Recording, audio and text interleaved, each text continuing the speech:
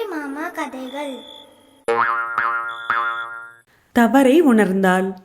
மகாலட்சுமியை பெண் பார்க்க வந்த சேகர் அவளோட குடும்பம் ஏழைப்பட்டதுனாலும் அவ கொஞ்சம் படிச்சிருக்காளேங்கிறதுக்காக அவளை மணந்துக்கிட்டான். சேகர் வசதியான குடும்பத்துல பிறந்தவன். ஏழை குடும்பத்துல பிறந்த மகாலட்சுமி பணக்கார வீட்டுக்கு வந்தோன்னே தலைகால் தெரியாம நடந்தா.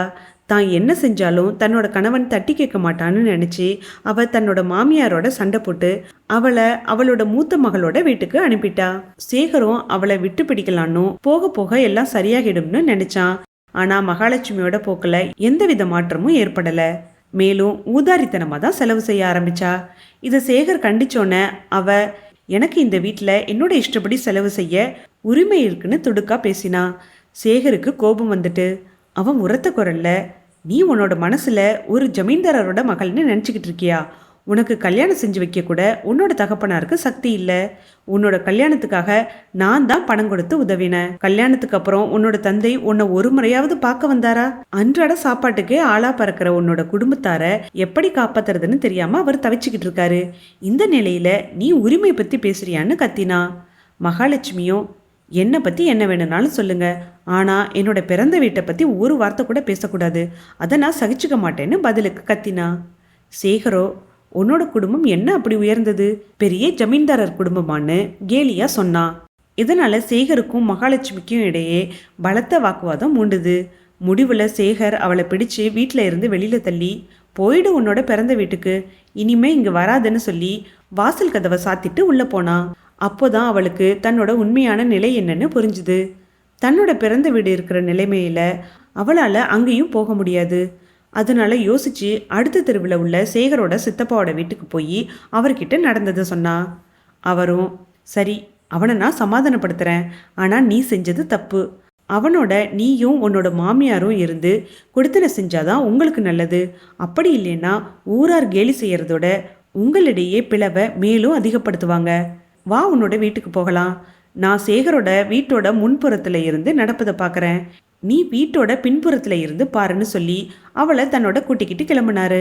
சேகரோட வீட்டில் நடந்த கணவன் மனைவி சண்டையை பார்த்த அடுத்த வீட்டு அகிலாண்டம் மகாலட்சுமி விரட்டப்பட்ட கொஞ்ச நேரத்தில் சில பாத்திரங்களில் சாம்பார், சாதம், அவியல்னு எல்லாத்தையும் எடுத்துக்கிட்டு சேகரோட வீட்டுக்குள்ளே நுழைஞ்சா. அங்கே கவலையோட உட்காந்துருந்த சேகரை பார்த்து, தம்பி கவலைப்படாத, உன்னோட சகோதரி போல நான் இருக்கேன். நடந்தது எல்லாம் பார்த்தேன். நீ பசியோட இருப்பேன்னு தான் இதை கொண்டு வந்தேன். எழுந்து வந்து சாப்பிடுன்னு சொன்னா. சேகருக்கும் நல்ல பசி. அதனால அவன் எழுந்து வந்து உக்காந்தோன்னே அகிலாண்டம் தட்டு வச்சு அதில் தான் கொண்டு வந்ததை பரிமாறினா.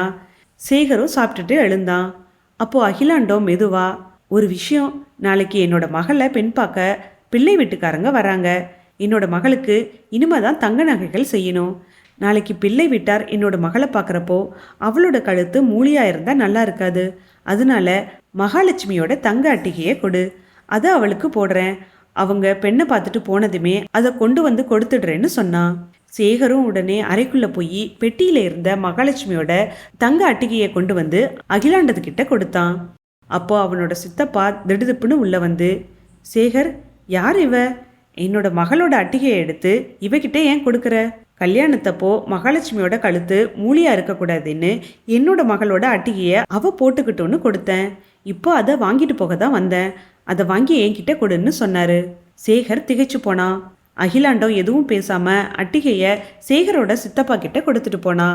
அப்போ பக்கத்து வீட்டு பார்வதி அம்மா கையில ஒரு பெரிய அடுக்கோட வந்தா.